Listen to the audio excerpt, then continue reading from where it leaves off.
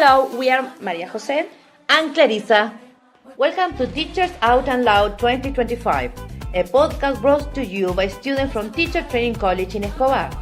In each episode, we will explore the world of education from the perspective of future teachers. Join us as we discuss various topics related to teaching, learning, and the challenges and rewards of this novel profession. This episode is called Dear Exam, We Need to Talk.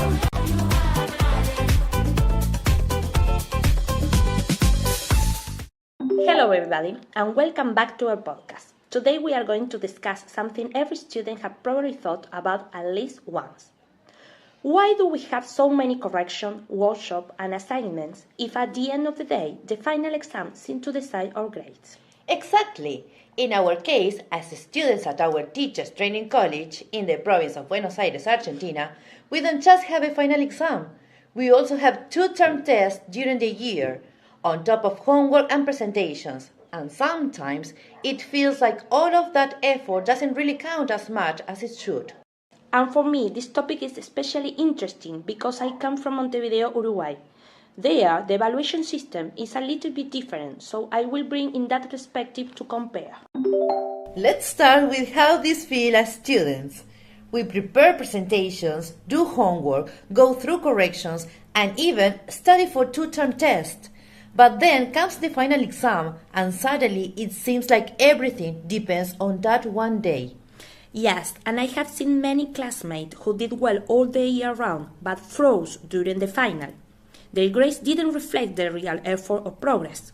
In Montevideo, for example, some schools avoid this by focusing more on continuous assessment, shorter tests, projects, and participation, with all combined too, instead of one global exam deciding everything. So the big question is, if we were working all year round, shouldn't that consistent effort matter more? Of course, there is a reason behind all these smaller tasks.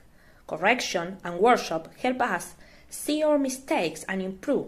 They are like training sessions before the big game. Right. Without them, the final exam would be much harder. But the issue is balance. If the final exam counts for 60 or 70% of the grade, while all the rest of the work barely affects it, then motivation drops. Exactly. Students need to feel that every activity, even the small ones, has a real value, that they are not just practice for a single test. Let's look at some international examples. In Finland, they don't rely so much on high-stake exams. Instead, projects, group work, and teacher feedback play a huge role in grading. In the United States, in many schools, students have quizzes, homeworks, class participation at midterms, plus a final. But the final exam is usually just one piece, not the entire grade. In Uruguay, in Montevideo, some schools use partial tests throughout the year.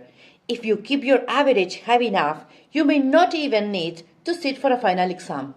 So easy to understand. There are other models out there. It shows that evaluation doesn't always need to depend on one stressful exam. All this brings us to the idea. What if our system adopts a new rule? For example, if you score more than 7 in both term tests, then you don't have to take the final exam. That would change everything. It would reward students who work hard consistently during the year. Instead of waiting for one exam to save you, you will know that your effort is paying off as you go. And those who don't reach the mark of 7 in a term test could still have a chance with the final. But for the students who keep up their work, the stress of the final exam wouldn't be necessary.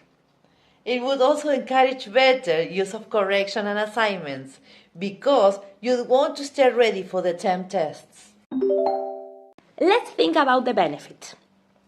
A student would stay motivated all year. A student would be less stressed on one single day. Grades would reflect both effort and knowledge. Of course, there are also challenges. Teachers will need to plan carefully so term tests and assignments are fair and useful. Some students might relax too much after passing one term test. However, in some subjects, such as written one, a final exam might still be necessary to cover everything. True, but again, it's about balance.